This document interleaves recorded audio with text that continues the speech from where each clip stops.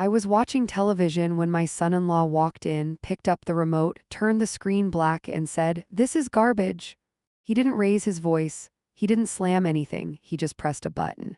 And somehow, in that small click of silence, he tried to erase 39 years of my life. If you've ever felt dismissed in your own home, don't go anywhere. What happened the next morning is something I will never forget. My name is Marilyn Harper. I am 69 years old. I was a high school principal for 23 years. Before that, I taught English literature and debate. I buried my husband 9 years ago. And until recently, I believed that experience gave you insulation against disrespect. It doesn't. It only teaches you how to recognize it faster. That evening was a Sunday. Harold and I used to call Sundays quiet audit days. He would sit in his chair, left side of the living room, always the left, with his yellow legal pad, reviewing household projects. I would sit on the right, grading essays back when I still worked, or later, reading. After he passed, I kept the ritual, not because I couldn't move on, but because continuity is dignity. That night, I was watching a historical documentary about the building of the interstate highway system, something Harold loved. He had been a civil engineer. He used to pause documentaries and explain bridge load distribution to me like I was one of his students. I still hear his voice sometimes. The narrator had just begun explaining the political negotiations behind infrastructure funding when the screen went black. No warning, no flicker, just absence. I assumed it was the cable box. Then I heard Daniel's voice behind me. "You still pay for cable?" I turned slowly. Daniel Bennett stood in the doorway of my living room, tall, pressed shirt, sleeves rolled precisely to mid-forearm like he'd calculated the exact length that suggested effortlessness. He held the remote loosely in his hand. "I do," I said. He glanced at the dark screen as if it had personally offended him. "This is garbage," he said lightly. "You know you can stream anything now, right? Cable is outdated?" Outdated. The word didn't land loudly, but it lingered. "I enjoy it," I replied. He stepped further into the room without being invited. That was new. Claire used to knock before entering my bedroom even when she was 12. Daniel walked as if hallways adjusted for him. "It's not about enjoyment," he continued calmly. "It's about modernization. The house has good bones, Marilyn. But it needs updating. The house, not your house, not this house. The house." I folded my hands in my lap. "What exactly are we modernizing?" I asked. He gestured around casually. "The furniture, the layout, maybe the flooring. And definitely the technology. If we ever decide to sell, presentation matters. We ever decide, sell, words are tells. After 4 decades in education, you learn to hear what people reveal accidentally." "I'm not selling," I said evenly. He smiled. It was the kind of smile men use in boardrooms when they believe they're humoring someone sentimental. "Of course not right now," he said. "But long term, you have to think strategically." Strategic. Harold used that word differently. Strategic meant planning for storms. Daniel used it to mean repositioning assets. Claire appeared in the doorway then. She had that look, the one she used to get in elementary school when she knew she hadn't studied for a spelling test. Avoidant, slightly guilty. "Mom," she said softly, "Daniel's just trying to help." "By turning off my television?" I asked gently. "It's not about the TV," Daniel said quickly. "It's about standards." Standards. I spent my life building standards, academic ones, ethical ones, behavioral ones. Now a man who had lived in my house for 11 months was recalibrating them. "I was watching that," I said. Daniel looked down at the remote in his hand as if it surprised him. "Oh, right." He didn't turn it back on. Instead, he placed the remote on the coffee table and crossed his arms. "Claire and I were discussing some changes," he said. "We think it's time to upgrade things." Upgrade. I looked at my sofa, the same one Harold and I picked out after he received his final engineering contract bonus. Solid oak frame, hand-stitched upholstery, upgrade to what? Disposable. "I like my home the way it is," I said quietly. Claire shifted her weight.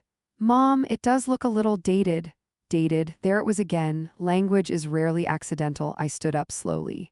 "At 69, you don't move abruptly unless you want to appear fragile." "This home," I said calmly, "was built by Harold's hands and my mortgage payments. It is not dated, it is deliberate." Daniel's jaw tightened just slightly.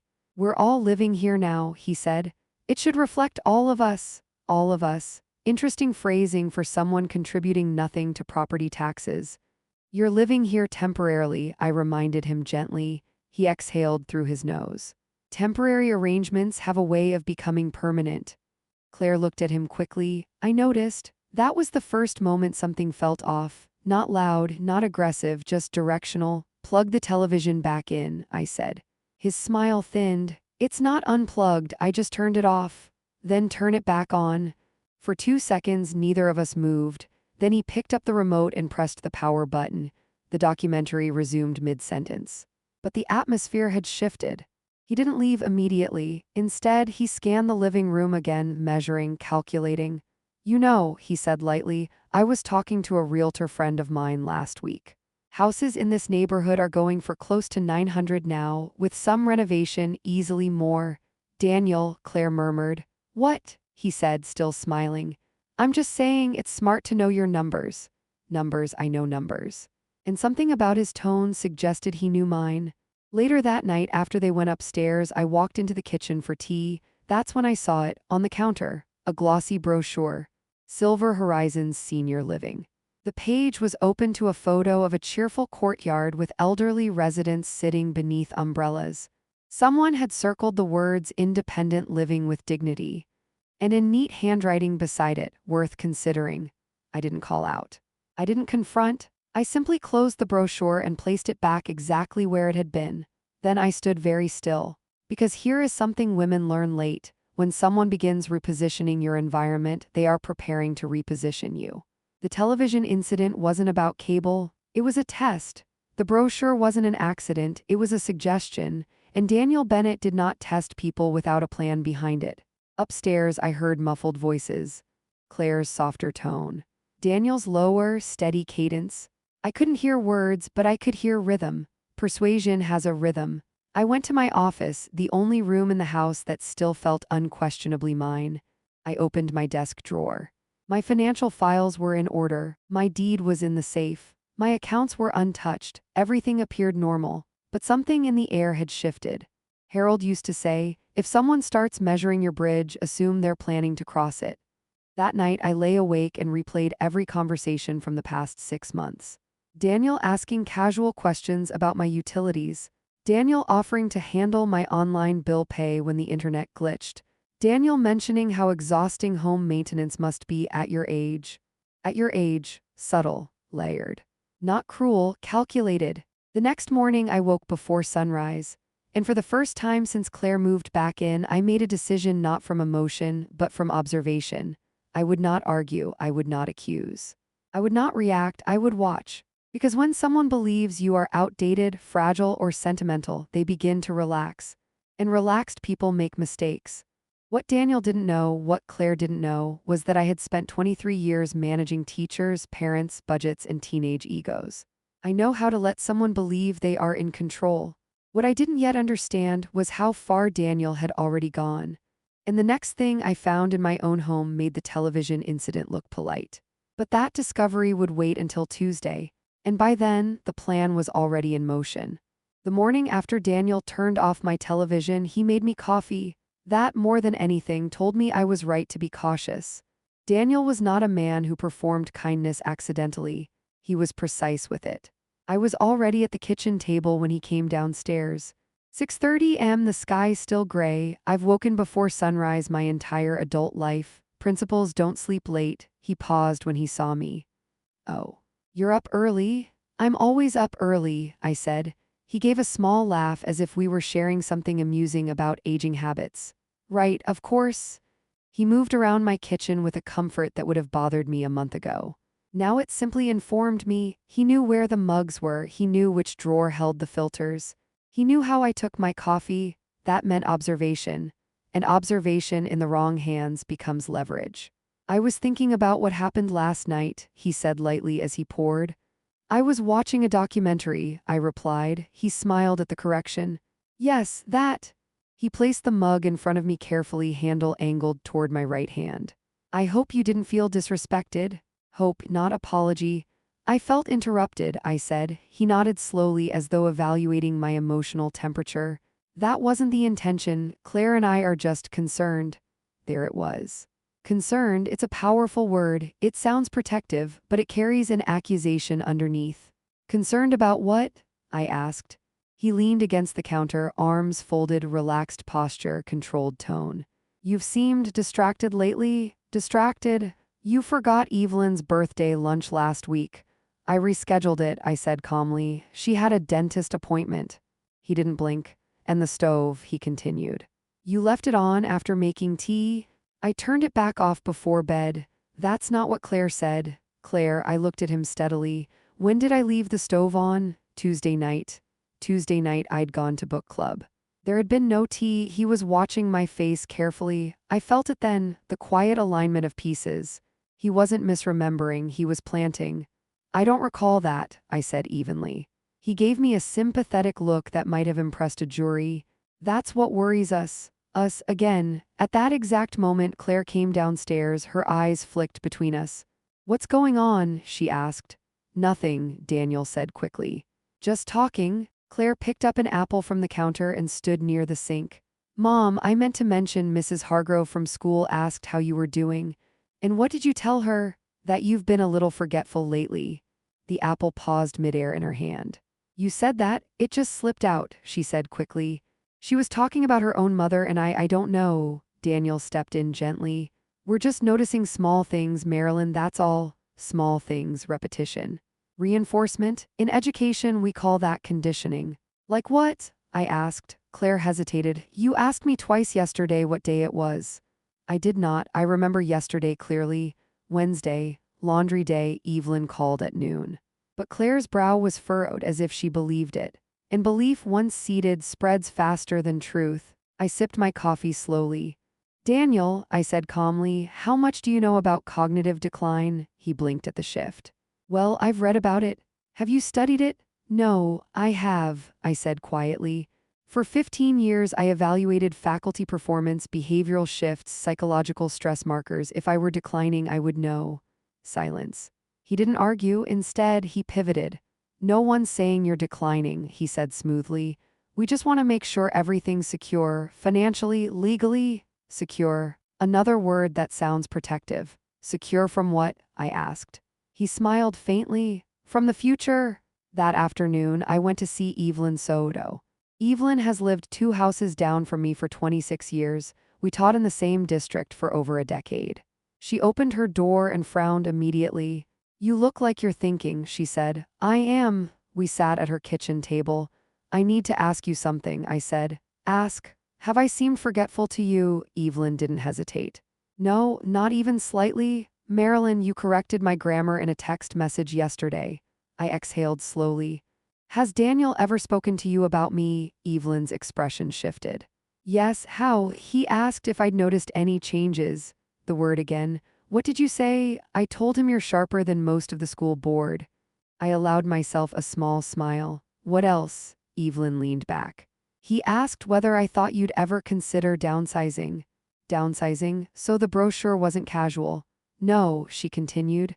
He didn't say anything overt, just framed it like he was worried about you maintaining such a large property alone. I nodded. And did you feel he was worried? Evelyn held my gaze. No, I felt he was calculating. That word settled somewhere deep. Calculating. Harold used to say, if someone brings you solutions before you've expressed a problem, they're solving something for themselves. When I returned home, Daniel's car was in the driveway. Strange, he normally left mid-morning for meetings. I entered quietly. Voices drifted from my office. The door was half closed. Just organizing things, Daniel was saying. Claire's voice was softer. Are you sure she won't mind? It's for her benefit. Benefit. I stepped forward and opened the door fully. Daniel stood behind my desk. A stack of files was spread out. My insurance documents, I said calmly. He looked up unfazed. I was just checking coverage details. Without asking, Claire looked guilty. I told him where the file was, she admitted. And why would he need my insurance details? Daniel moved around the desk smoothly. If something happens, we should be prepared. What something? A fall, an accident, cognitive evaluation. The escalation was subtle but clear, not just suggestion, preparation. Daniel, I said quietly, step away from my desk. For a moment, something hardened behind his eyes, then it softened again. Of course. He gathered the papers and placed them neatly back into the folder. You're being defensive, he said gently. I'm being territorial, I replied. This is my office. Claire touched my arm. Mom, he's only trying to help. I turned to her fully. Help requires consent. Silence. That night I couldn't sleep. Not because I was afraid, but because I was mapping. Television incident. Brochure, conversations with neighbors, insurance files accessed. Subtle narrative of forgetfulness. It wasn't chaotic, it was sequential. Harold built bridges by calculating load distribution. Daniel was building something too, a case. The next morning I called Arthur Klein. Arthur has been my estate attorney for 17 years. He answers the phone himself. Arthur, I said, hypothetically, how difficult is it for a family member to petition for guardianship? There was a pause. Not difficult, he said calmly, if they establish diminished capacity. And how does one establish that? Documentation. Testimony, medical evaluation. I see. Marilyn, he added, tone sharpening slightly. Why are we discussing this? Just hypothetically, Arthur sighed. I don't like hypotheticals. Neither do I said. We scheduled a meeting for Thursday. When I hung up, I realized something. Daniel wasn't trying to take my money abruptly. He was building a narrative, forgetfulness, concern, safety, preparedness. And narratives, once repeated enough, become evidence. By evening, Daniel had resumed his pleasant demeanor. He complimented dinner, asked about my day, turned the television on himself after dessert. Performative repair. But I noticed something new. When I went upstairs, my bedroom door was slightly ajar. I always close it fully. Inside, nothing appeared disturbed, but my jewelry box lid was not aligned perfectly. Tiny shift, tiny message. Someone had been testing access. I stood very still in that room, because here is what I understood then. The television was never about modernization. It was about authority. If he could control small things without resistance, he could escalate. And Daniel Bennett believed escalation required patience. He did not know that I, too, understood patience. What he also didn't know was that Harold and I structured our estate in a way Daniel would not anticipate. And on Thursday, Arthur would confirm something that would change the direction of this entire situation. But Daniel was about to move faster than I expected. And the next time he said he was concerned, he would say it in front of someone who believed him. Power rarely announces itself. It accumulates quietly. A comment here, a suggestion there, a raised eyebrow in the right company. By Thursday morning, I understood something clearly. Daniel wasn't trying to overpower me. He was trying to outnumber me. If enough people believed I was forgetful, then it would no longer matter whether I was. Perception becomes leverage, and leverage becomes paperwork. I arrived at Arthur Klein's office at precisely 10 o'clock am. Arthur does not decorate. His office looks like competence decided aesthetics were unnecessary. Dark wood, clean desk, 2 framed degrees. One plant that appears to survive out of obligation. He removed his glasses when I entered. You look like you're about to assign detention, he said. I might, I replied. We sat. I did not dramatize, I presented.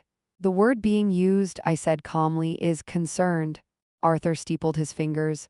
Who is concerned? My son-in-law, increasingly my daughter. And what specifically is the concern? Forgetfulness, safety, property maintenance. Capacity, Arthur didn't interrupt. I appreciate that about him. He accessed my insurance documents without permission. He's spoken to neighbors. He's introduced the idea of downsizing. A senior living brochure appeared on my kitchen counter. Arthur's expression did not change. Has he mentioned guardianship? Not directly. He won't, Arthur said evenly, if he's intelligent. I held his gaze. He believes he is. Arthur nodded once. Marilyn, let me be clear. Anyone can petition for guardianship. It does not require malice to initiate, only assertion. And evidence. Yes, and if the evidence is narrative, Arthur's lips curved slightly. Then we counter with structure? That was why Harold chose him. Walk me through my exposure, I said. Arthur opened a folder already on his desk. I reviewed your file before you arrived. You currently hold sole ownership of the property. No joint tenancy, no co-signed accounts. Your will names Claire as primary beneficiary but does not grant her present authority. Correct.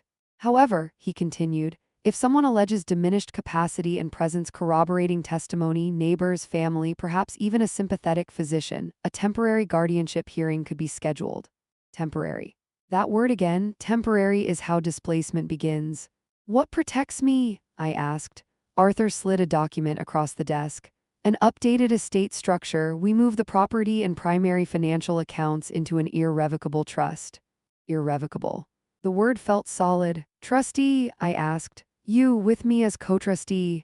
And if someone petitions, Arthur leaned back, they would need to challenge the trust itself, which requires significant evidence and cost. Daniel did not like cost without guarantee. Would this signal fear? I asked. It would signal foresight. I exhaled slowly. Do it. Arthur studied me for a moment. You're not afraid, he observed. No, what are you? Disappointed. That surprised even me. Because fear I could manage, disappointment lingers. Arthur nodded once. I'll prepare the documents today, we'll execute tomorrow. Quietly? Quietly, I repeated. When I left his office, I did not feel victorious. I felt calibrated. That afternoon, I made tea deliberately, left the kettle slightly angled, placed my glasses on the counter, then I walked into the living room and sat down. Daniel entered 30 minutes later. He paused when he saw the glasses. You left these here, he said. Oh, I replied mildly. Did I? He studied my face carefully. Yes. Thank you. He waited for confusion, for hesitation. I gave him neither. Instead, I reached for my crossword puzzle and completed 17 across in ink. He watched. People like Daniel mistake quiet for softness. They do not recognize surveillance when they are inside it. That evening, Claire sat beside me on the sofa. Mom, she said carefully, have you thought about what Daniel mentioned? About the cable? No. Then what? She hesitated. About maybe having someone look at your memory. Just as a baseline? Baseline? Why? I asked gently, so we know everything's fine. And if it is, then we'll feel better. I turned toward her fully. Claire, do you feel I'm declining? Her eyes filled slightly. No. But Daniel, do you? Silence. No, she whispered. Then why are we discussing it? She swallowed. He just says early detection is important. Early detection of what? She didn't answer because there was no symptom, only suggestion. That night I overheard something different, not whispering, a phone call, Daniel's voice from the back patio. Yes, I understand, he said calmly, but we'd need documentation first. Yes, of course, I can get that. Documentation. I stepped closer to the sliding door quietly. He turned slightly away from the house. No, she's not resistant, just attached. Attached, as if I were clinging to furniture instead of ownership. Yes, I'll gather what I can. Gather. The next morning, Evelyn knocked on my door unexpectedly. I thought you should know something, she said as soon as I opened it. We stood on the porch. Daniel approached Mr. Whitaker from the HOA yesterday. For what? He asked about community guidelines for exterior renovations. Specifically, property valuation increases after modernization. I felt something settle internally. He also asked whether the HOA had any record of complaints about you. Complaints? Yes. About what? Noise, safety. Anything? There it was, paper trail. He wasn't just building narrative, he was sourcing corroboration. Thank you, I said quietly. Evelyn squeezed my hand. He underestimates you. I know. That afternoon, Arthur called. Documents are ready? I went immediately. We signed. Every page, every clause, irrevocable trust, primary residence transferred, accounts restructured. Contingency language added requiring dual trustee consent for liquidation.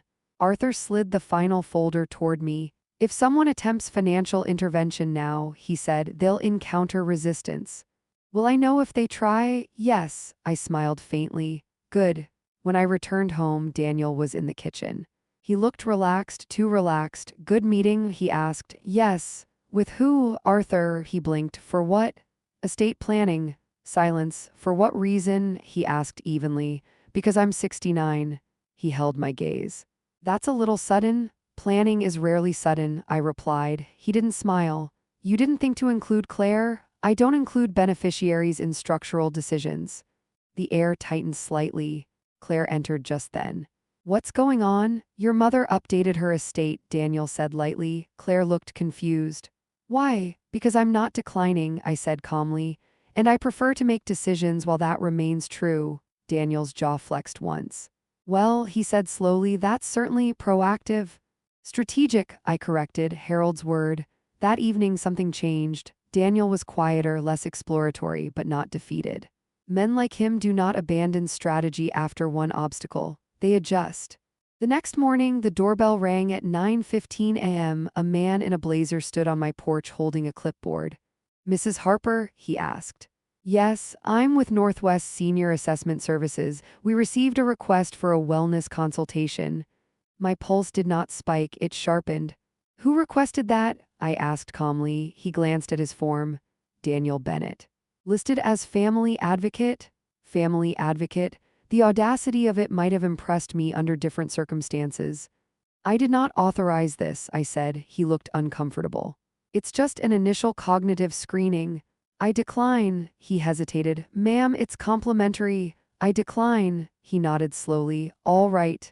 As he turned to leave, Daniel stepped out of the garage. Oh, he said, feigning surprise. He's here already? You scheduled this without my consent? I asked. It's just a baseline, he replied gently. No harm in that. I declined. The assessor shifted awkwardly between us. Daniel forced a thin smile. Maybe another time. The man left. We stood in silence. That was unnecessary, I said quietly. Daniel's expression cooled. I disagree. On what grounds? On the grounds that denial is common. Denial, he was escalating language.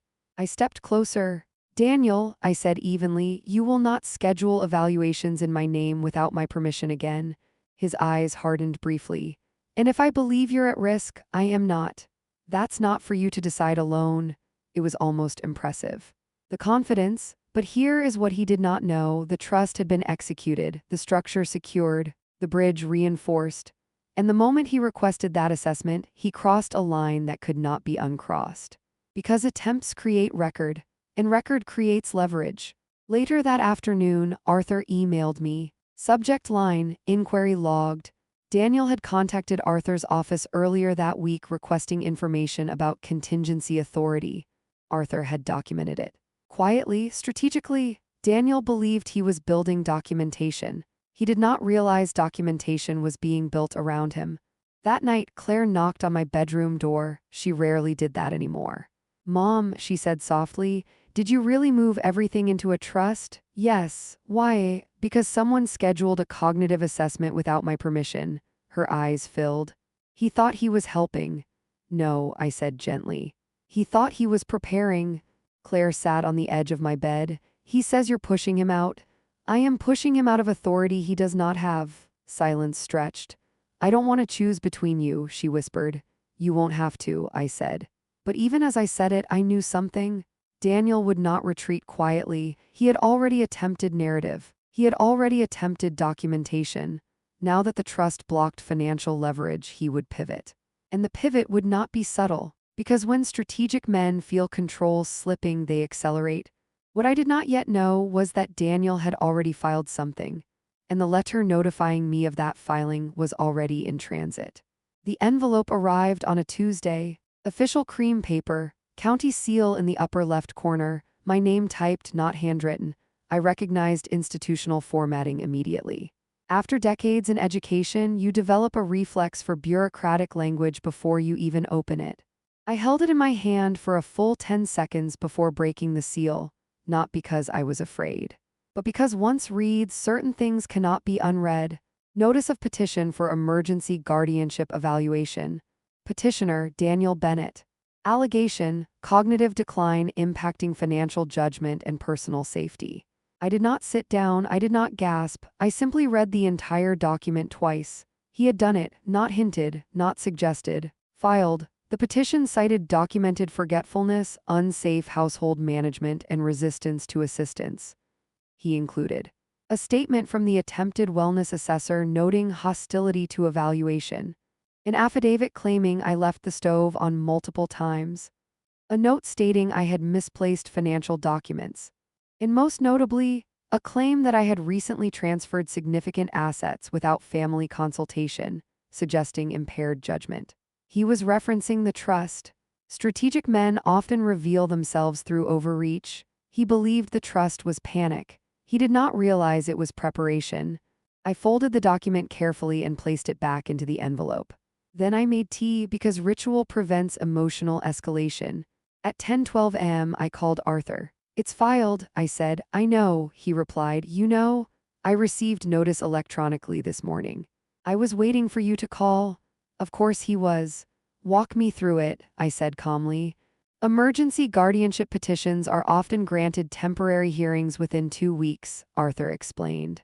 "However, emergency status requires demonstrable immediate risk. And do I present that?" "No." "Good. But," he continued evenly, "we must respond decisively. Silence implies credibility. I'm not inclined toward silence. I'm aware." We scheduled a formal response for the next morning. When I hung up, I felt something unexpected. Not fear, not anger, clarity. Daniel had moved from suggestion to accusation. That changes everything. At 4:30 p.m., Claire came home from school. She knew. I could see it in her posture. "Mom," she said quietly, standing in the doorway of the living room. "Yes, Daniel told me you'd probably get a letter." "I did," she winced. "You didn't tell me he was filing," I said. "I thought he was just gathering information." "He scheduled an evaluator without my consent." "I know, Claire," her eyes filled. "He says you're isolating us?" "I secured my estate." "He says that proves you're unstable." I almost smiled. "Your father once told me that when someone can't control your decisions, they will attack your reasoning." Claire sat down slowly. "He's worried," she whispered. "No," I said gently. "He's threatened." She flinched at that word. "Why would he be threatened?" "Because authority without ownership is fragile." Silence stretched between us. "Are you angry?" she asked. No, that surprised her. "You're not?" "I'm disappointed," I said quietly. "In him, in you." Tears slid down her face. "I didn't know he was going to file," she said, "but you knew he believed I was declining." She nodded faintly. "And you did not challenge that belief." She looked down. That night Daniel came home later than usual. He entered the living room confidently.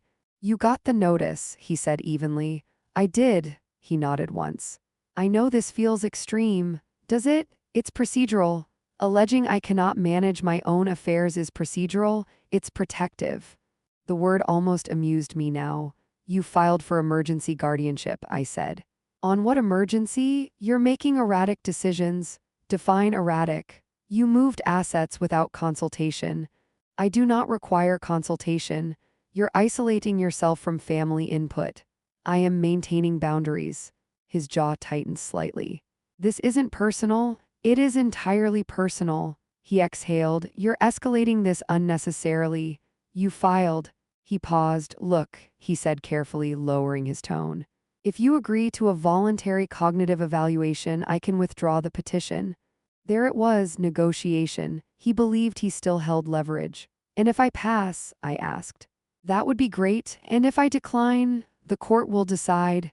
He said it calmly, but the threat was there. The room felt very still. "You miscalculated," I said quietly. His eyes flickered. "How so?" "You assumed I would react emotionally." "I don't think you're emotional." "You assumed I would resist publicly." "I'm trying to avoid that." "No," I said softly. "You're trying to position me?" He looked at me for a long moment. "You're making this adversarial." "You made it legal." Upstairs, Claire was silent, listening. I could feel her hesitation like humidity in the air. Daniel adjusted his watch, a subtle tell I'd noticed when he felt cornered. "This doesn't have to become ugly," he said. "It already is." He held my gaze. "For someone so calm, you're surprisingly defensive. For someone so concerned, you're surprisingly aggressive." That landed. He didn't smile this time. 2 weeks, he said. "The hearing's in 2 weeks." He left the room, and I sat there in the quiet house Harold built. 2 weeks, time is leverage, and Daniel believed urgency favored him. The next morning, Arthur's office felt colder than usual. "Petitions like this," he said calmly, "often collapse under scrutiny if the respondent is demonstrably competent." "I am," I said. "I know. Then what is his endgame?" Arthur leaned back. "Guardianship grants temporary control pending evaluation. If granted, he could access accounts, freeze assets, potentially initiate sale processes. He believes the trust is reversible under incompetence." "Yes, it is not." "No," Arthur folded his hands. "But perception matters in court." Then we correct perception. How? With documentation, he said. We prepared affidavits. From Evelyn Soto confirming no observed decline. From former colleagues attesting to my recent public speaking engagements and coherent communication. From my physician verifying no cognitive impairment. From Arthur documenting the trust was established prior to petition filing and with full competency review. Daniel had built narrative, we built structure.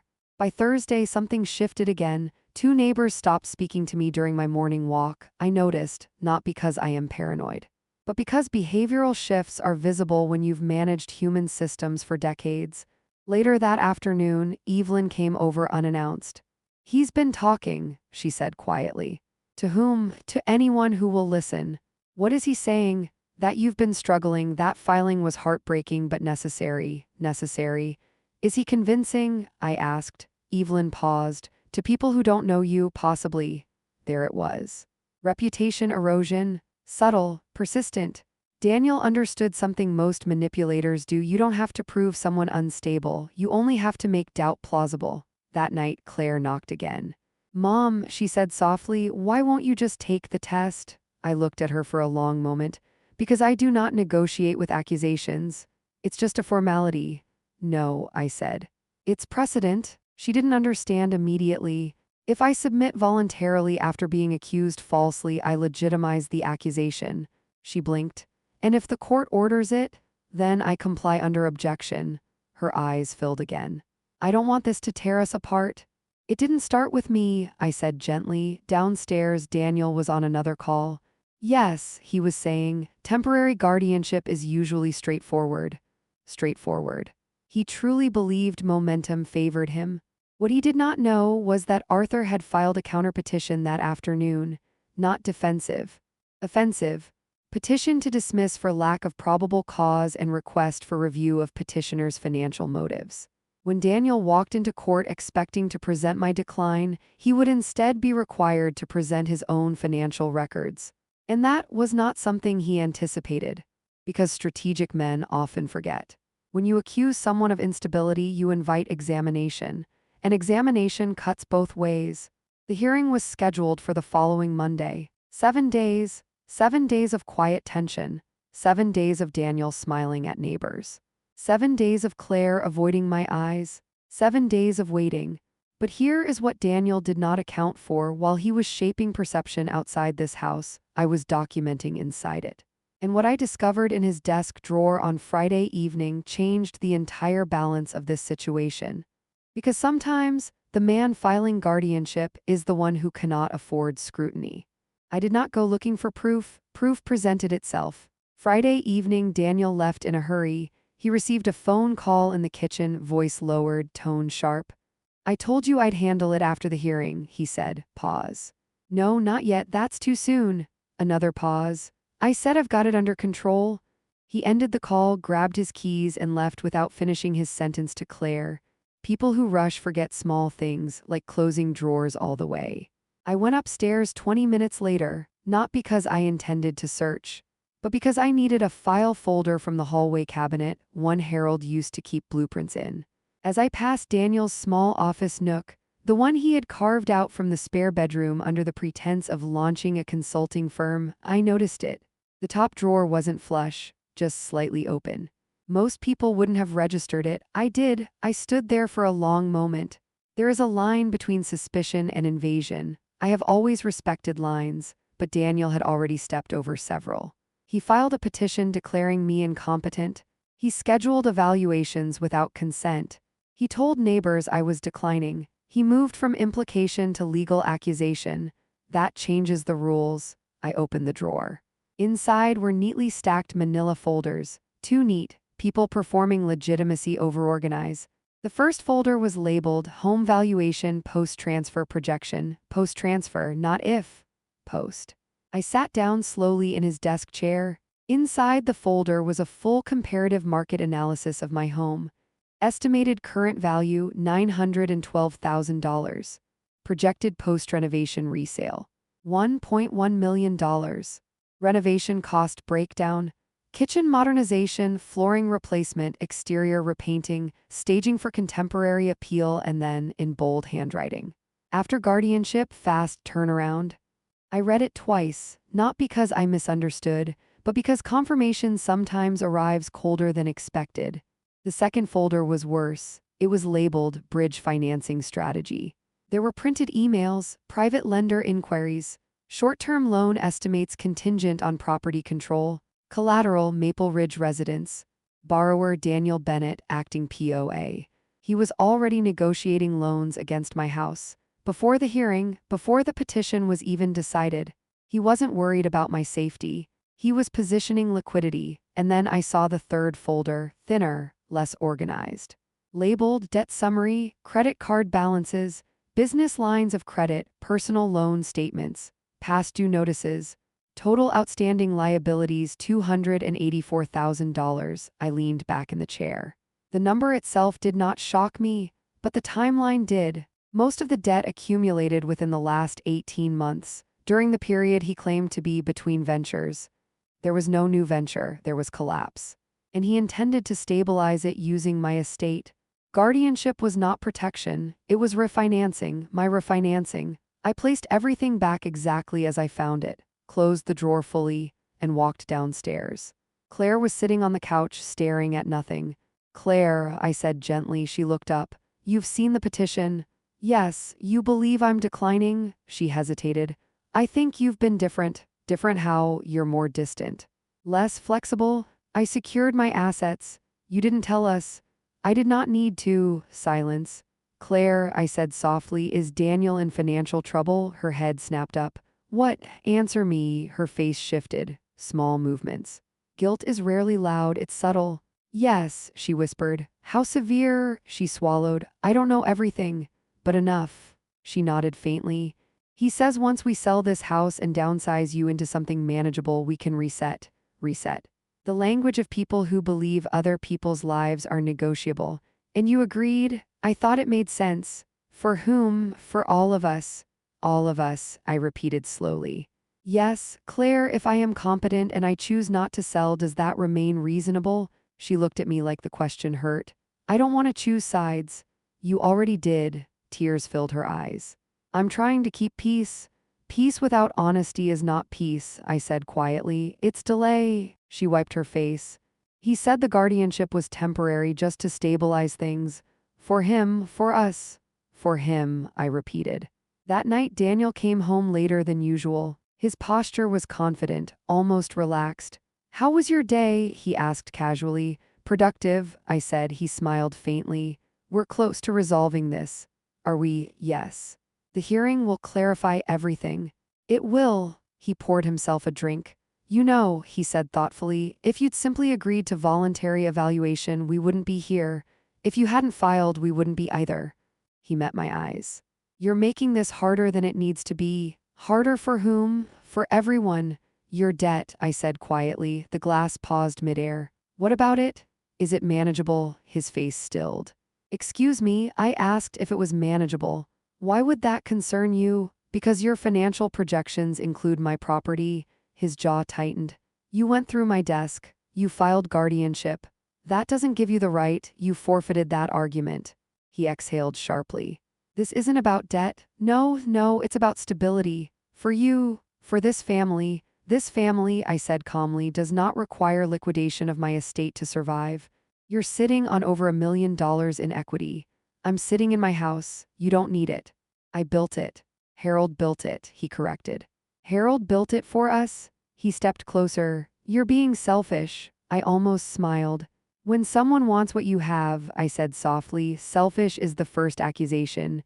His composure slipped slightly. "You think I'm some kind of villain? I think you're overextended."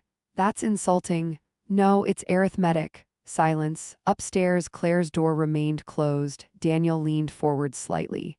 "You're going to lose this hearing." "On what grounds?" "Professional evaluation."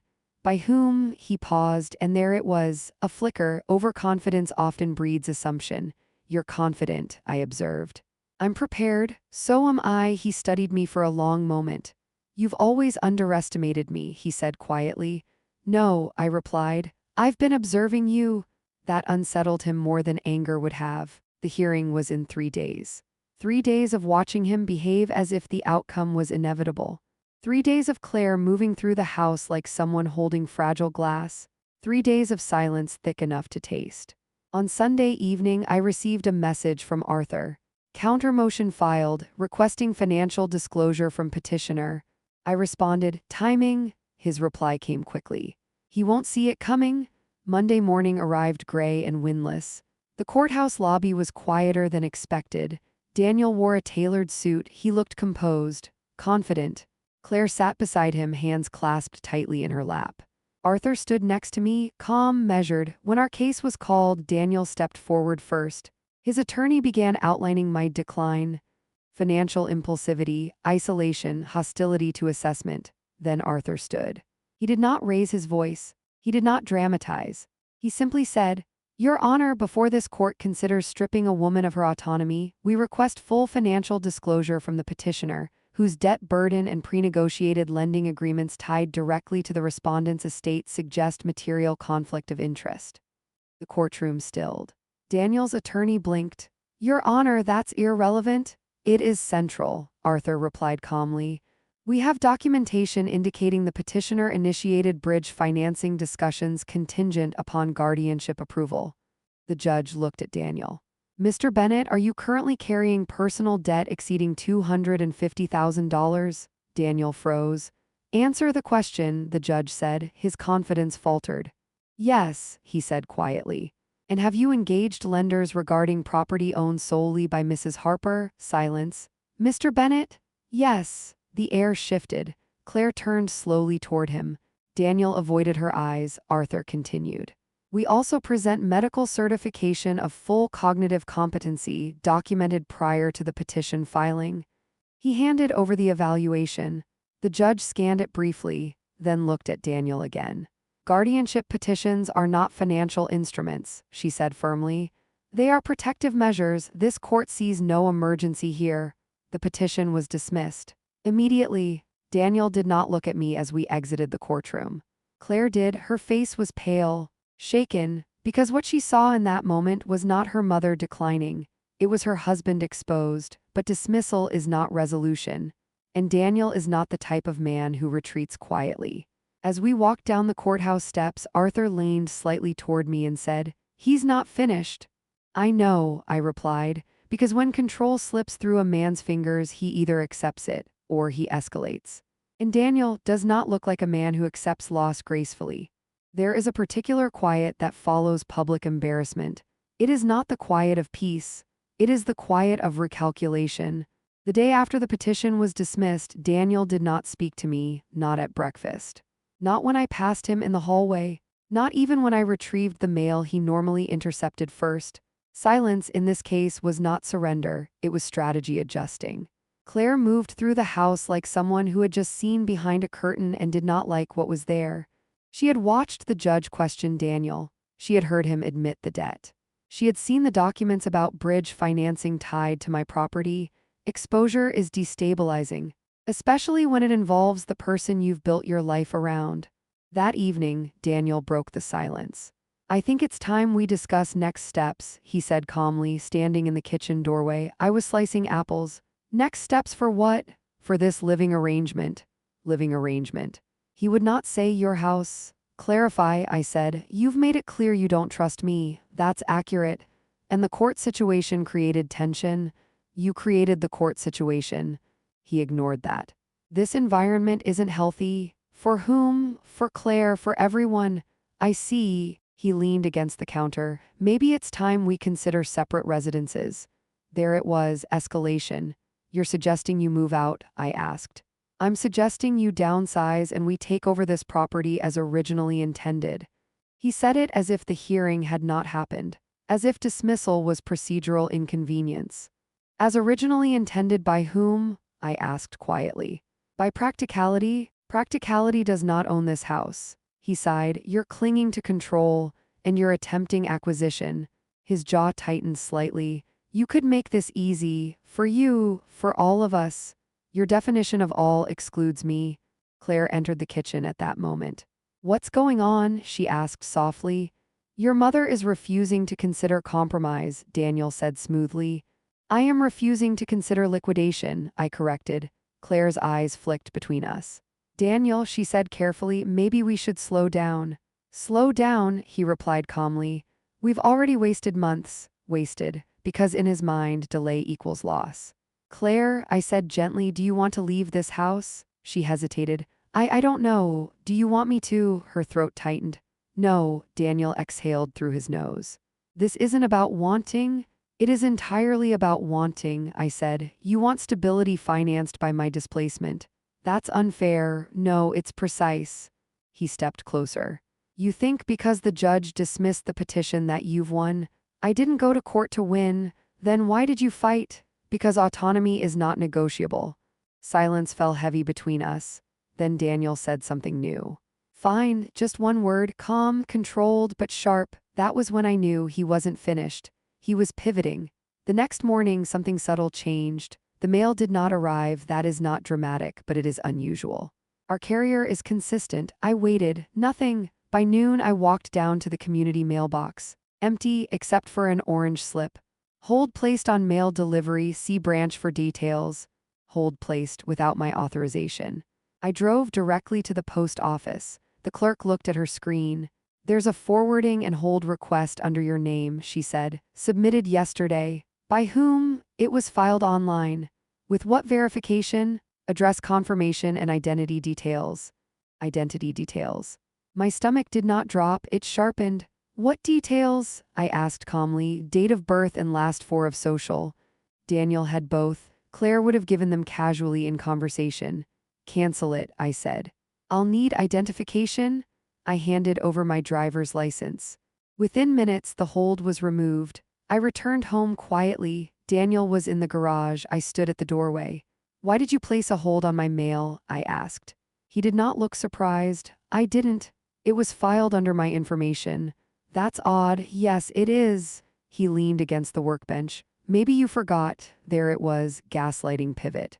You tried to intercept court correspondence, I said evenly. You're paranoid. No, you're escalating again. You filed guardianship. That's over. Then why intercept mail? He stepped closer. You have no proof I did that. You have no proof I'm declining. His eyes hardened. This is getting ugly. You made it procedural. He laughed softly. You think paperwork protects you? It does. Only if you're paying attention. The words were layered. I held his gaze. Is that a threat? No, he said calmly. It's advice. He walked past me. That afternoon, Evelyn called. Someone from a real estate firm stopped by, she said, and they were asking about property lines. Yours specifically? Did Daniel send them? They mentioned future availability. Future availability. He was still positioning. He had lost guardianship. So now he was attempting narrative of inevitability. He believed pressure over time would exhaust me, but he misunderstood something. I do not fatigue under sustained tension. I adapt. That evening, Claire knocked again. Her eyes were swollen. He placed the mail hold, she whispered. I know. I saw the confirmation email. Did you ask him? She nodded faintly. He said he was just trying to manage things while the court stuff was pending. And you believed him, she didn't answer. Claire, I said gently, this is no longer about misunderstanding. She sat down slowly. I feel like I'm living between two versions of reality. You are. I don't want to lose him. You may not have to, but you may have to choose what behavior you accept. Her shoulders shook slightly. He wasn't always like this. No, I said quietly. He was always like this, it just didn't affect you. That landed. Because truth often does. 3 days later, another letter arrived, certified from Daniel's attorney. Notice of intent to pursue civil claim for interference with financial partnership expectations. He was reframing. If he could not claim incompetence, he would claim implied financial agreement, partnership expectations. He was attempting to create retroactive obligation. Harold used to say something, when someone can't build, they borrow. When they can't borrow, they blame. Daniel was moving into blame. That night I sat alone in Harold's study. The house was quiet, the kind of quiet that feels transitional.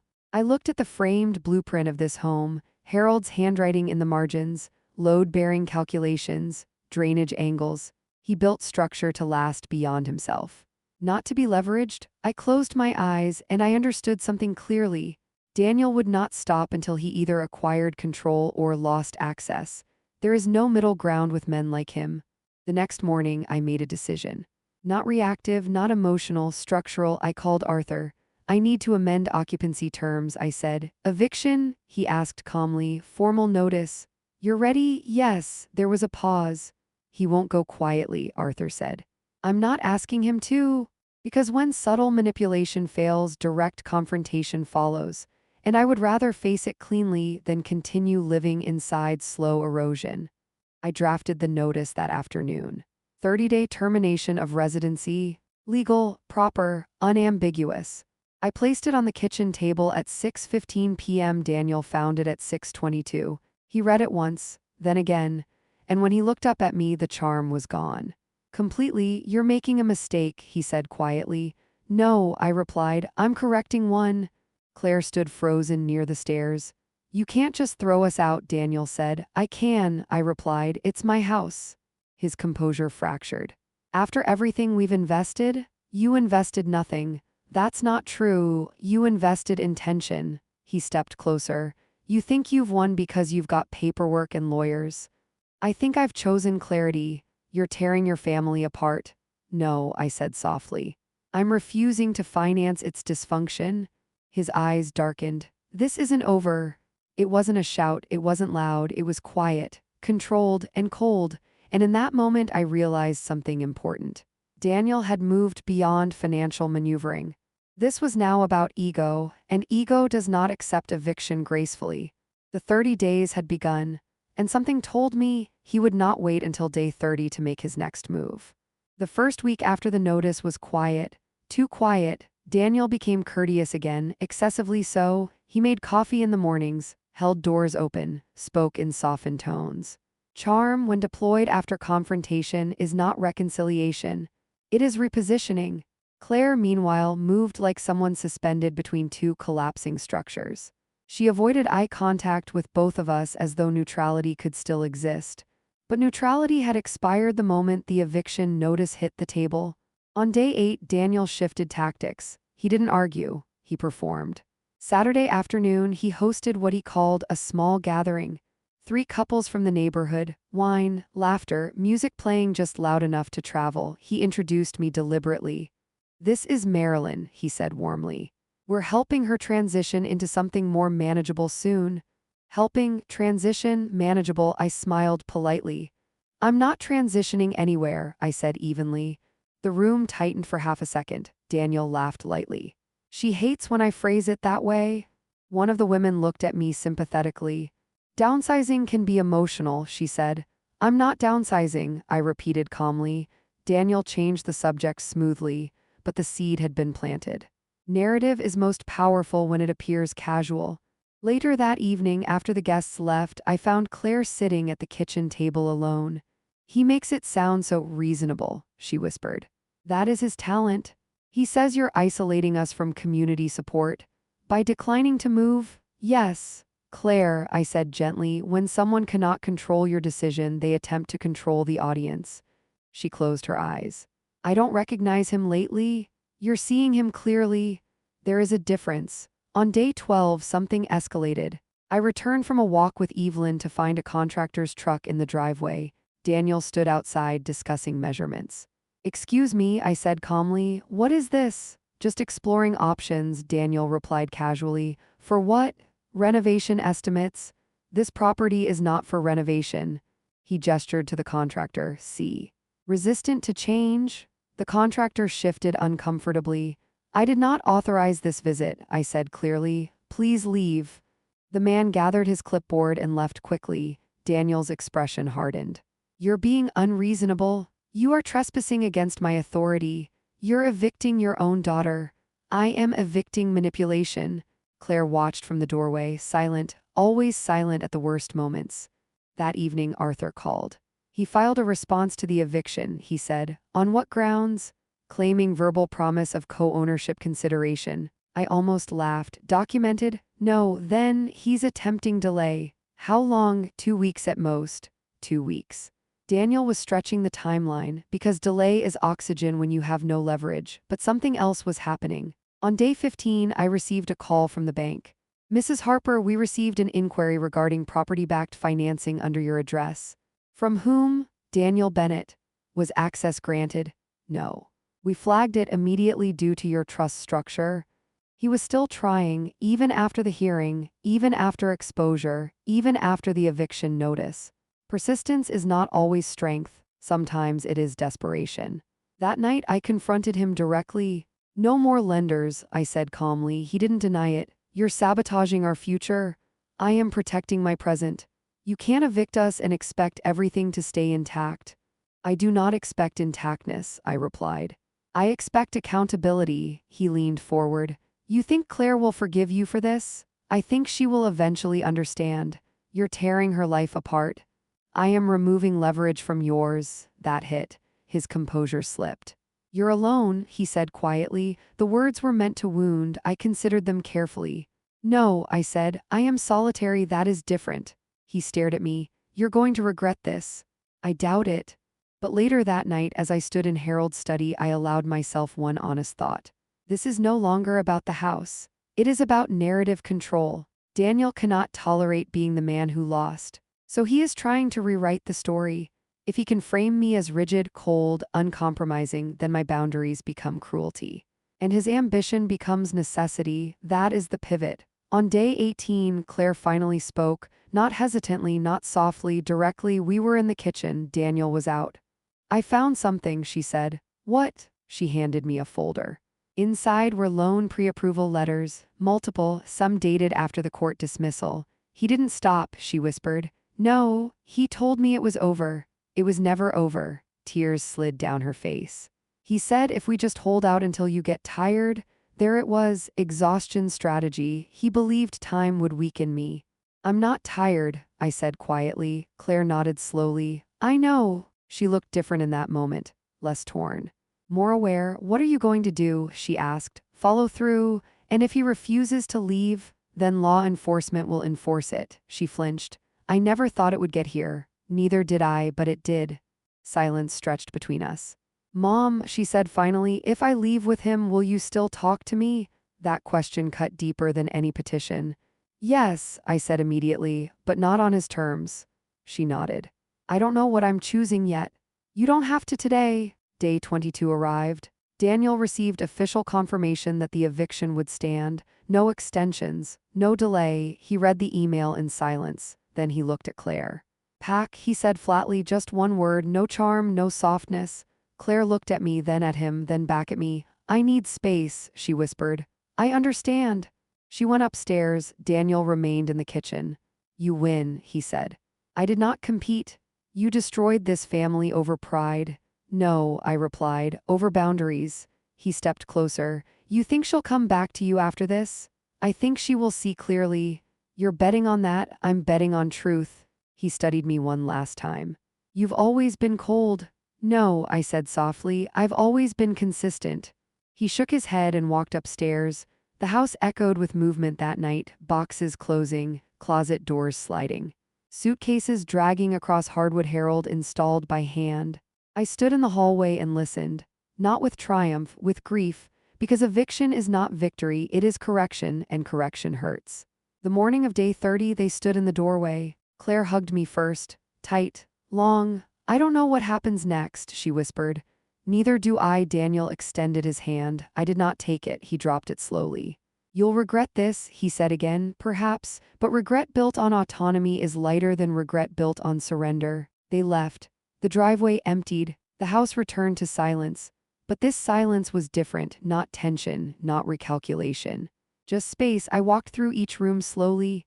The kitchen, the living room, Harold's study. The walls felt steadier somehow, as if the house itself exhaled. But as I stood in the foyer, my phone buzzed. Unknown number, I answered. Mrs. Harper, a voice said, yes. This is Officer Grant from the county sheriff's office. We received a report this morning alleging financial exploitation against you. My pulse did not spike, it sharpened. From whom? I asked calmly. Daniel Bennett? Of course, he wasn't finished. He had lost the house. Now he would attempt to reverse the narrative entirely. And what he didn't realize was that filing a false exploitation claim invites investigation for both parties. And I still had every receipt. The accusation came 3 hours after Claire and Daniel drove away. Financial exploitation, filed by the same man who tried to place me under guardianship. There is something almost poetic about escalation when it becomes predictable. Mrs. Harper, Officer Grant repeated on the phone, Mr. Bennett alleges you coerced him financially and misrepresented shared property expectations. Shared property expectations. I almost admired the phrasing. I would be happy to cooperate fully, I said calmly. When would you like documentation? There was a pause. Documentation? Yes, trust instruments, court dismissal records, loan inquiry attempts, eviction filings, written notice dates. Silence. I'll schedule a visit tomorrow, he said finally. Please do. When I ended the call, I did not feel alarmed. I felt confirmation. Daniel was no longer maneuvering for property. He was maneuvering for narrative preservation. If he could not be the man who won, he would attempt to be the man who was wronged. That night I walked through the house slowly. Empty rooms do not feel empty when they are restored to ownership. They feel quiet, grounded. I paused in Harold's study. His drafting table still sits near the window. The light hits it the same way it did 20 years ago. He used to say, load-bearing walls don't announce themselves, they just hold. That thought stayed with me. The next morning, Officer Grant arrived precisely at 9 o'clock a.m. He was polite, professional, observant. I invited him into the living room. Arthur arrived 10 minutes later, unhurried, carrying a slim leather folder. Preparation is not loud, it is layered. Officer Grant began. Mr. Bennett claims he contributed financially to this property with expectation of ownership. Arthur slid a document across the table. Recorded deed, sole ownership. No amendments? The officer nodded. He also claims verbal assurances. Unenforceable absent documentation, Arthur replied calmly. He alleges financial manipulation. I opened my laptop and turned it toward the officer. This is the court dismissal from the guardianship petition. These are loan inquiries initiated by Mr. Bennett. These are bridge financing documents contingent upon property control. These are eviction notices properly filed. I spoke evenly, no anger, no dramatics. Facts do not require volume. Officer Grant scanned the documents slowly. How long did Mr. Bennett reside here? He asked. 18 months. Rent-free? Yes. He leaned back slightly. And the allegation of exploitation? Arthur folded his hands. Baseless retaliation following eviction enforcement. The officer nodded once. I see. He closed his notebook. I'll note that the claim appears unfounded. Appears unfounded. Language of procedure, not emotion, not sympathy, just structure. When they left, Arthur lingered. He's running out of legal surface area, he said. I know. What will you do about Claire? That question lingered longer than the investigation. I will wait, I said. Arthur nodded. Waiting is harder than litigation? Yes. The days that followed were quieter than any before. No petitions, no contractors, no surprise mail holds, just space. Evelyn stopped by with lemon cake on Wednesday. Peace looks good on you, she said. Peace feels unfamiliar, I replied. She smiled. You held? Yes. That word again, held. On Friday evening, Claire called, not texted, called. I let it ring once before answering. Hi, Mom. Her voice was smaller. How are you? I moved into an apartment. I assumed. Silence. He filed that report, she said quietly. Yes. I didn't know. I believe you. Another pause. I saw the officer's card on his desk, she continued. He told me it was precautionary. It was retaliatory, she exhaled shakily. I can't keep doing this. Doing what? Living in damage control. The honesty was new. Where are you staying? I asked. A short-term lease downtown. Are you safe? Yes. Silence settled between us. Mom, she said, voice breaking slightly, was I blind? No, then what? You were hopeful. That hurt more than blind. Hope attaches itself to potential, not pattern. I kept thinking he'd stabilize, she whispered. He was stabilizing, I replied gently, just not in the direction you thought. She was quiet for a long time. I filed for separation, she said finally. There it was, not loud, not dramatic, just structural. I see. I don't know what comes next. You don't need to today, she breathed slowly. Can I come by this weekend? Yes. When I hung up, I did not feel triumph. I felt gravity because separation is not celebration, it is rupture. Saturday afternoon, she stood in the doorway again. but differently this time. No Daniel behind her, no tension in the air, just her. She looked older, not in years, in clarity. "I'm sorry," she said. I studied her face carefully. "I know, for not seeing it sooner. You saw it when you were ready. I hurt you." "Yes," she swallowed. "Are you still angry?" "Yes," she nodded faintly. "I deserve that." "Yes." Silence. "But anger is not the same as exile," I added. Her shoulders loosened slightly. "I don't want to rebuild on illusion," she said quietly. "Then don't." We sat in the living room, the same living room where Daniel once unplugged the television as if authority came with the gesture. It felt different now. Still, she looked around. "It feels lighter." "It is. I thought you'd be lonely." "I am sometimes." That surprised her. "But loneliness is not the worst thing," I continued. "Losing autonomy is." She nodded slowly. "I think I confused peace with avoidance," she admitted. "That's common. I thought keeping everyone calm meant keeping everyone safe." "No," I said gently, "calm is not safety." We spoke for hours, not about Daniel. Not about court, about school, about her students, about the small apartment with the terrible kitchen lighting, about what she wanted next.